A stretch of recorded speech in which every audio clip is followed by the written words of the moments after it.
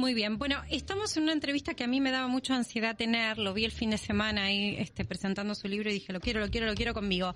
Está con nosotros Augusto Salvato. ¿Cómo estás, Augusto? Muy bien, gracias por la invitación. Bueno, vamos a presentarte, aunque para mí no hace falta, pero me imagino que alguien que se está enganchando dice, a ver, ¿de qué me va a hablar este muchacho? Bueno, Augusto, con su escasa cantidad de años, tiene un currículum intenso, muy intenso. ¿Sos politólogo? Sí. Bien. Y además, bueno, es especialista en innovación, transformación digital, futuro del trabajo. También han hecho con tu hermano Mateo cosas vinculadas a mejorar la comunicación, la comprensión, la educación. Todo de tecnología aplicada al servicio de todos nosotros. Y además, para mí es un plus extra que seas politólogo en una semana en donde estamos cerrando el momento que yo creo que es la campaña decisiva hasta octubre, ¿no? Las PASO. Augusto me acercó un libro que escribió con Mateo, su hermano, que se llama País de Mierda, así como lo escuchan. Ideas y reflexiones sobre el mejor país del mundo. O sea, chiquitito, aclara que es el mejor país del mundo, por favor, no crean, no me lo vayan a agredir en la calle porque es justamente una ironía. ¿Hablemos un poco de tu libro? Dale, bueno, gracias. Primero, gracias por la invitación, es un placer estar acá. Un poco lo que buscábamos con el título polémico era poner sobre la mesa un debate que tiene que ver con la contradicción tan constante, tan permanente de que tenemos los argentinos, de por un lado creernos que somos los mejores del mundo y capaz el mismo día, con distancia de un par de horas, después de cruzarnos con un piquete o de ver una noticia que no nos gusta, pasamos a ser el peor país del mundo, pasamos a ser un país de mierda. Casi me estás hablando de una sociedad con rasgos exitistas, para bien o para mal. Con rasgos exitistas, pero al mismo tiempo con una dialéctica muy decadentista por momentos también. Es decir, con una lógica de pensar permanentemente que siempre el tiempo pasado fue mejor y que tenemos que volver a algo que fuimos en algún momento, ¿no? Uh-huh. Dentro del libro lo que hacemos en parte es investigación histórica y dentro de esa investigación una de las cosas que encontramos es que en aquellos tiempos en los que hoy creemos que éramos los mejores o que estaba todo súper bien, encontramos un montón de expresiones que también tienen esa narrativa decadentista, esa lógica de, hay un discurso, por ejemplo, citado de Leandro Alem en el medio de la crisis de 1890, donde él dice, mirá hasta dónde nos llevaron, hablando del gobierno, esto no tiene vuelta atrás, ¿no? Como la cosa no tiene solución, esto no tiene vuelta atrás, y eso lo vamos a escuchar permanentemente en la historia argentina. Y Augusto, te hago una pregunta en esto de explorar denunciados que tuvimos los argentinos.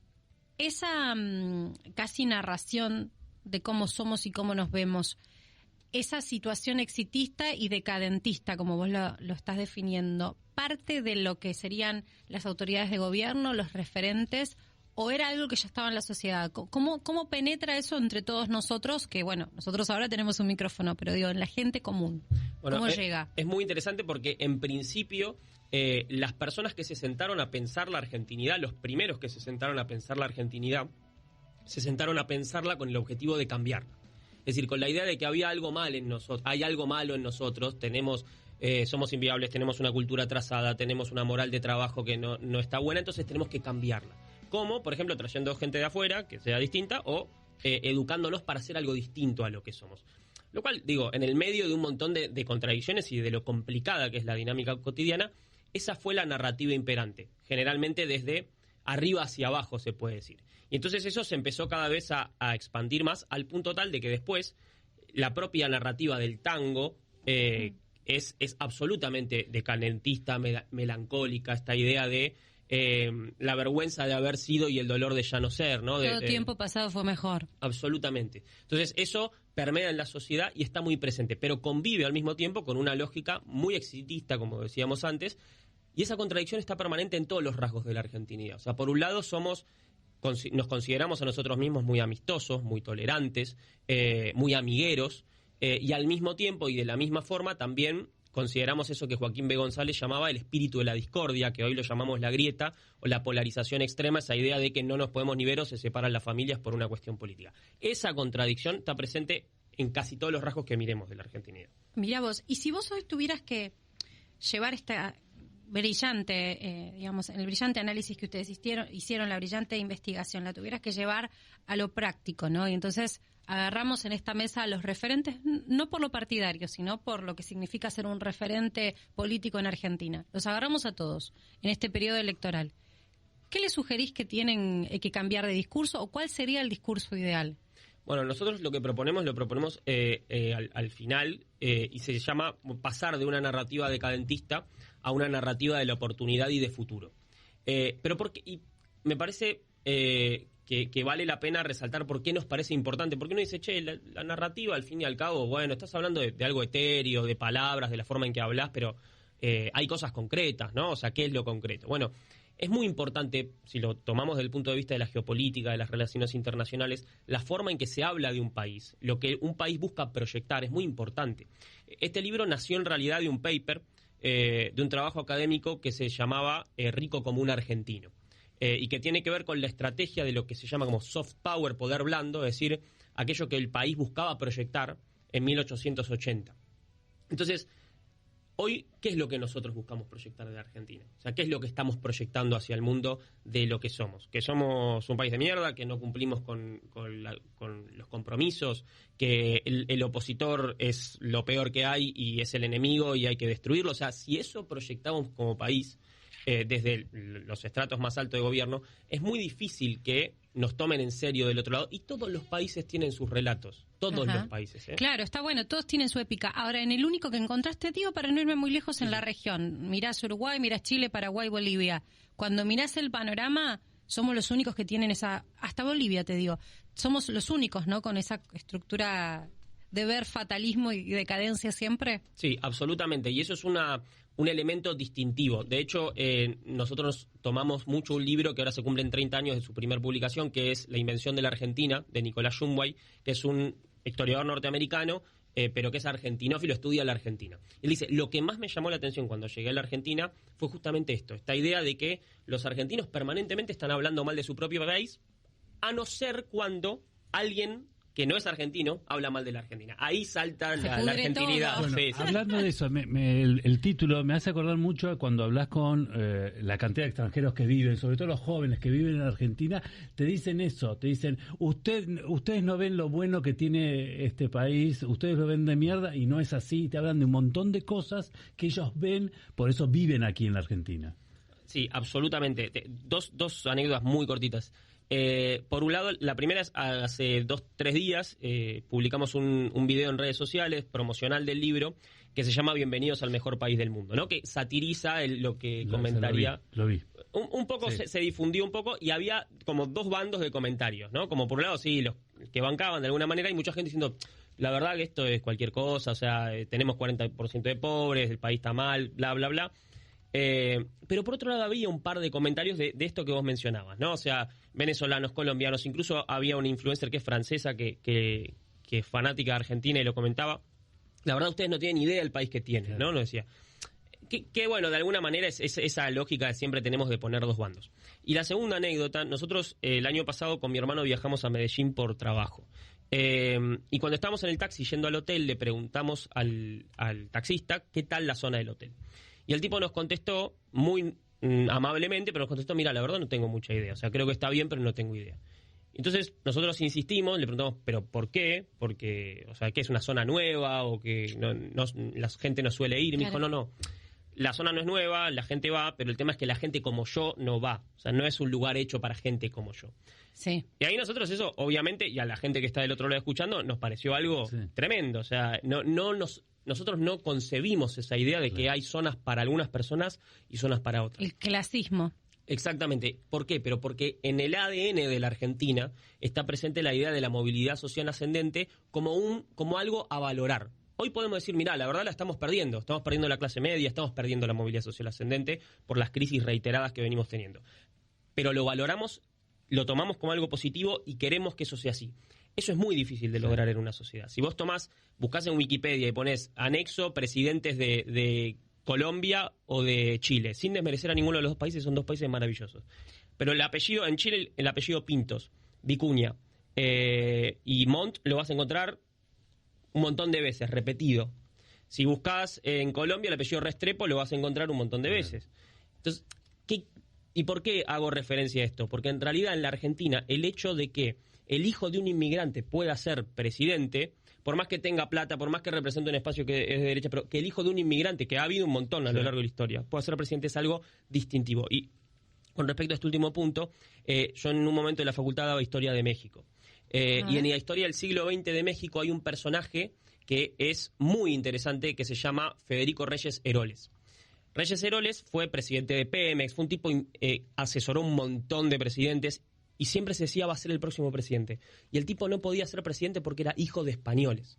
O sea, vos en México tenés que ser segunda generación de mexicanos para ser candidato a presidente. Entonces, a ese punto los argentinos tenemos un montón de cosas que no nos damos cuenta, que están en nuestro ADN, que las valoramos.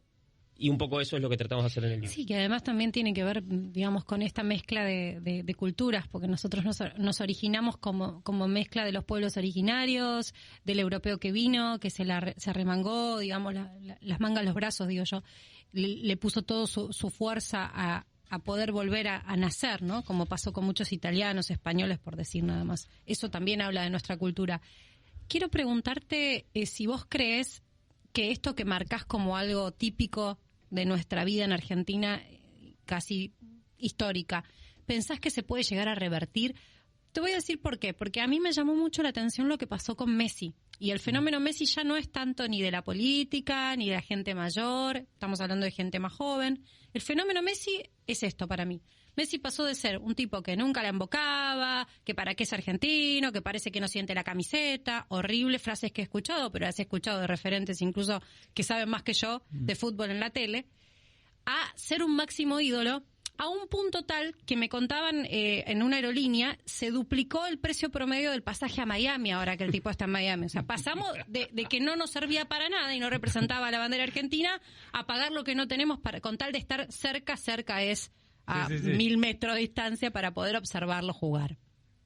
Absolutamente se puede cambiar y uno de los motivos por el que escribimos este libro es para eso, o sea, para poner este tema en debate, para ponerlo sobre la mesa, para discutirlo, para ponerlo en la agenda y para que quizá cuando nos sale decir ese, che, qué país de mierda, ¿no? O sea, de alguna manera lo pensemos dos veces, y incluso nosotros a veces decimos, che, la verdad, pero en ese sentido nosotros lo que creemos es que lo importante es reconstruir el sueño argentino, ¿no? Es esa idea de movilidad social ascendente, de que el futuro va a ser un poquito mejor, por más que el presente no sea súper bueno. Cuando un inmigrante venía acá en 1950, no es que llegaba y se compraba un terreno a los 2 minutos, o sea, las pasaba, pero tenía la idea de que el futuro iba a ser mejor, de que su hijo iba a poder acceder a la educación y que iba a ser profesional y que le iba a ir bien. Entonces, esa idea, ese sueño argentino, es fundamental recuperarlo porque si no, no vamos a transitar el camino hacia el desarrollo. No pasa porque, bueno, crezca el PBI, porque se haga un gasoducto, porque suba el valor de los commodities que exportamos. Pasa también por generar y construir una narrativa de país que mire hacia el futuro. Y este es un elemento fundamental para hacerlo. Te hago una pregunta. Desde lo que sería la construcción de esa narrativa, ¿crees que es necesario que, no hablo de colores políticos, simplemente de conducciones, ¿crees que es necesario que haya una conducción que por lo menos mantenga esa lógica 8 o 16 años? Porque acá tenemos presidencias de 4 años que muchas veces busca polarizar con el que sigue. O sea, para mantenerme en el poder, polarizo para mostrarte que lo que viene es peor, porque estuvo en la historia y no nos hizo bien, y el que quiere acceder dice lo que tenés ahora es toda una porquería y te lleva al default seguro. Digo, ¿cómo crees que se tiene que construir esa narrativa más allá de los partidos políticos? Sí, definitivamente tiene que ser una política de Estado. O sea, había, cuando nosotros hicimos esta primera investigación, lo que había era una política de Estado, de decir, che, tenemos que vender a la Argentina al mundo como un país desarrollado, como el país que va a ser una potencia mundial en X cantidad de años para que la gente quiera venir. Y la pregunta entonces que cabe de fondo es, che, ¿se puede hacer esto? O sea, ¿podemos tener una política que trascienda?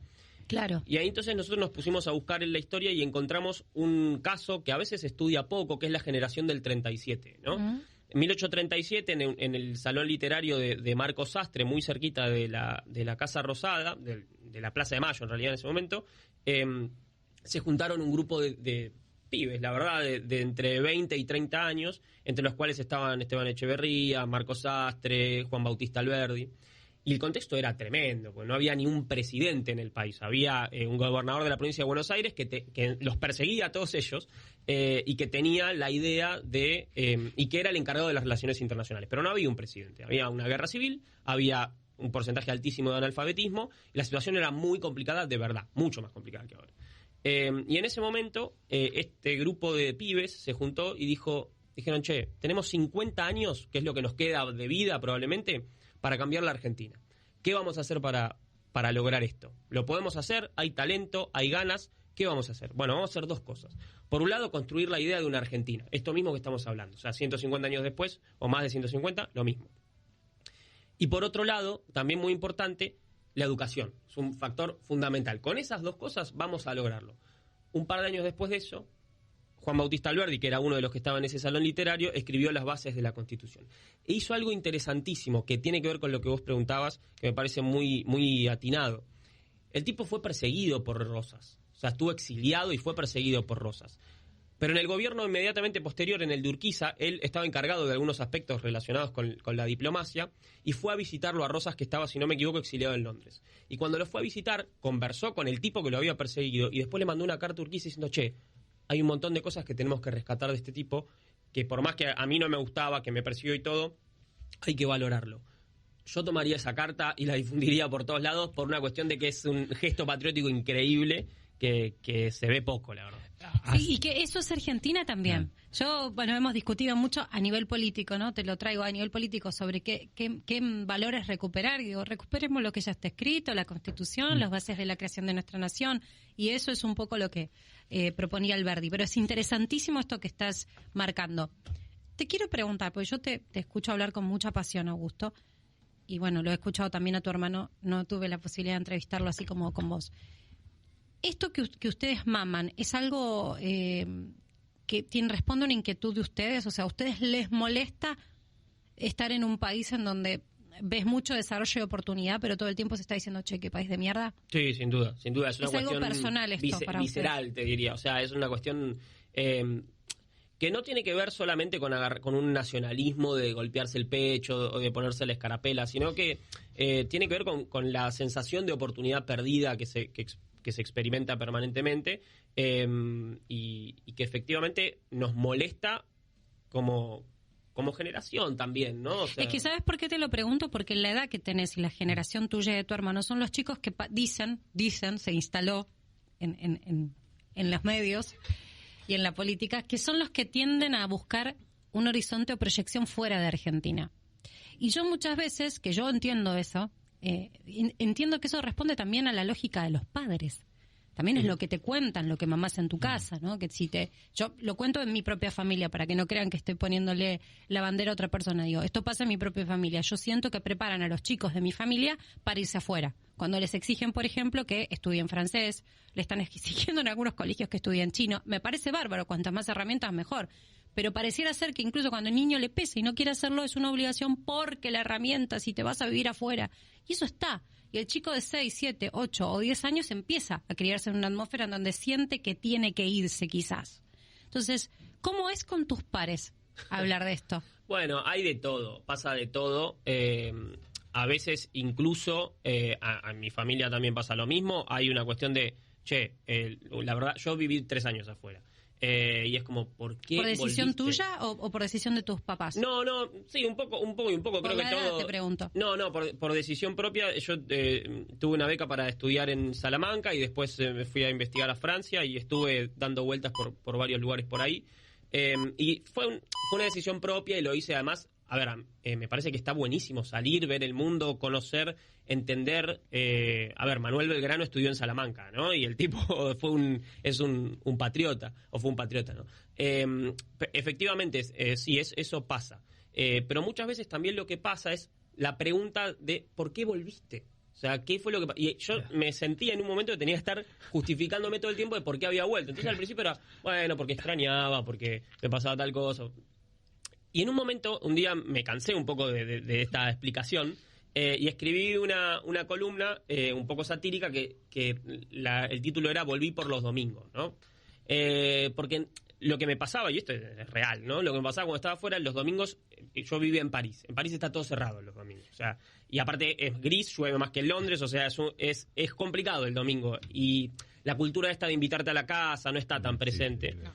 Por más que te hagas muy buenos amigos. Sí. Entonces, había un choque cultural con eso. Y entonces un poco el título que le puse fue Volví por los domingos. Alguien me respondió, bueno, o sea, me quedo con los domingos grises y un país sin inflación. Pero bueno, eso está en cada uno. A mí me encanta que la gente viaje, o sea, no es en contra de viajar, de estudiar afuera, de no olvidarse de la Argentina y no darle la espalda. Aparte, siempre decimos en la construcción ideal, nosotros tenemos buenos amigos que trabajan afuera o porque tuvieron incluso familia afuera y ya no pueden volver, pues sus hijos son de otro país.